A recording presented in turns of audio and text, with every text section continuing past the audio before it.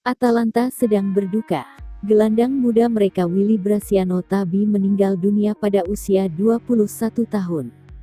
Pemain asal Pantai Gading itu mengembuskan napas terakhir pada Selasa, tanggal 23 Februari tahun 2021, waktu setempat. Tabi wafat setelah berjuang melawan kanker hati yang dia derita selama 1 tahun terakhir. Kami berduka atas kepergian pemain kami dan juara U19 Liga Italia Willy Brasiano Tabi, tulis Atalanta di akun Twitter resminya. Kabar meninggalnya Tabi jelas menjadi pukulan bagi Atalanta yang akan melakoni laga di Liga Champions nanti malam.